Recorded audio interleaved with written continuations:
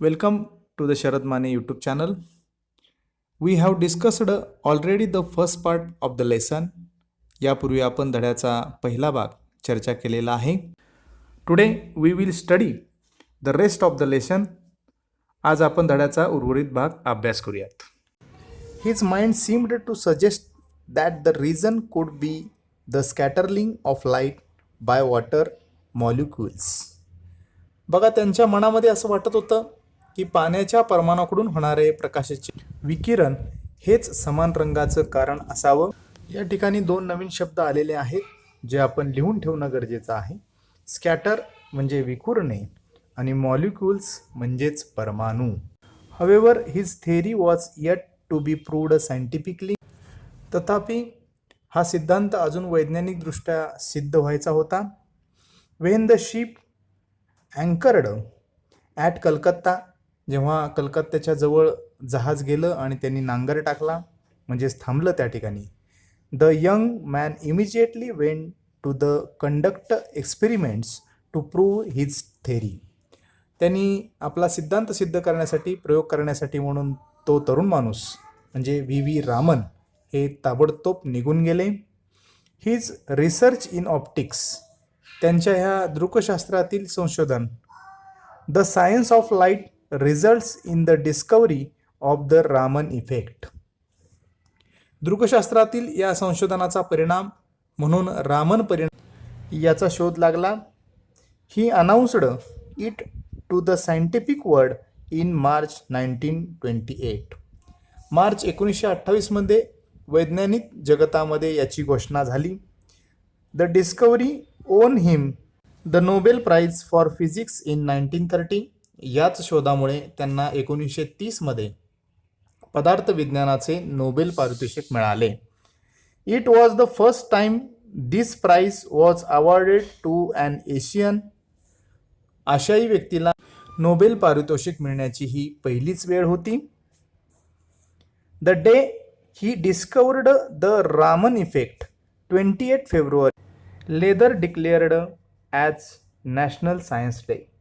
28 फेब्रुवारी या दिवशी रामन परिणामाचा शोध लागला, म्हणूनच पुढे हा दिवस राष्ट्रीय विज्ञान दिन म्हणून घोषित करण्यात आला. Even before this his contribution to the science of optics had been acknowledged. यापूर्वीच दृकशास्त्रातील त्यांच्या या योगदानाला मान्यता मिळालेली होती. And he was elected fellow of the Royal Society in 1924. आणि 1924 त्यांची रॉयल सोसायटीचे फेलो म्हणजेच सभासद म्हणून निवड झाली होती. You would have learned about the Raman effect in detail at school. Raman परिणाम याच्याविषयी आपण शाळेमध्ये विस्तृतपणे शिकला असालच.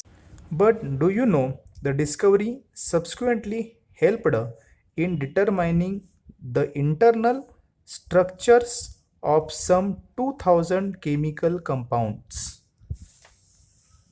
आपल्याला माहीत आहे का की या शोधाने नंतरच्या काळामध्ये 2000 रासायनिक संयुगांची आंतरिक संरचना निश्चित करण्यामध्ये सहाय्य केलेले आहे.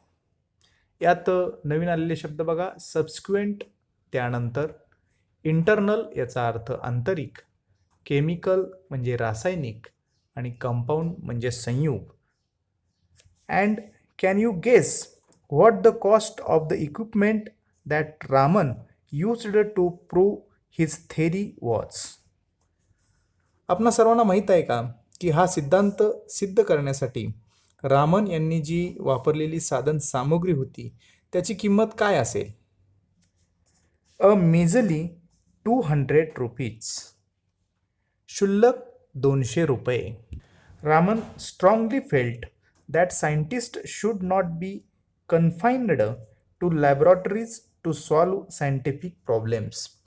रामन यांचं ठाम मत होतं की वैज्ञानिक समस्या सोडवण्यासाठी शास्त्रज्ञांनी प्रयोगशाळेमध्येच कोंडलेला असू नये. They should search around themselves and find those answers in accordance with nature. त्यांनी स्वतःच्या परिसरात याचा शोध घ्यावा आणि निसर्गाला अनुसरून असणारी उत्तरे शोधावीत. For the essence of science lies in independent thinking and hard work.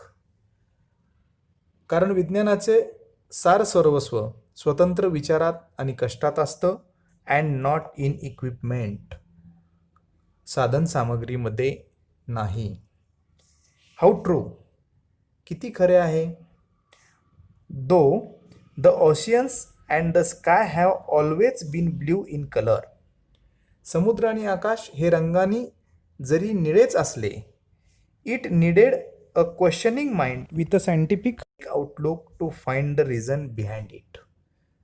तरी त्यामागचं कारण शोधण्यासाठी वैज्ञानिक दृष्टिकोन असलेल्या जिज्ञासू मनाची या ठिकाणी गरज असते. Doctor APJ Abdul Kalam. Let's watch the workshop of this lesson in next video. पुढील व्हिडिओमध्ये आपण या धड्याची कार्यशाळा पाहणार आहोत. Thanks for watching this video.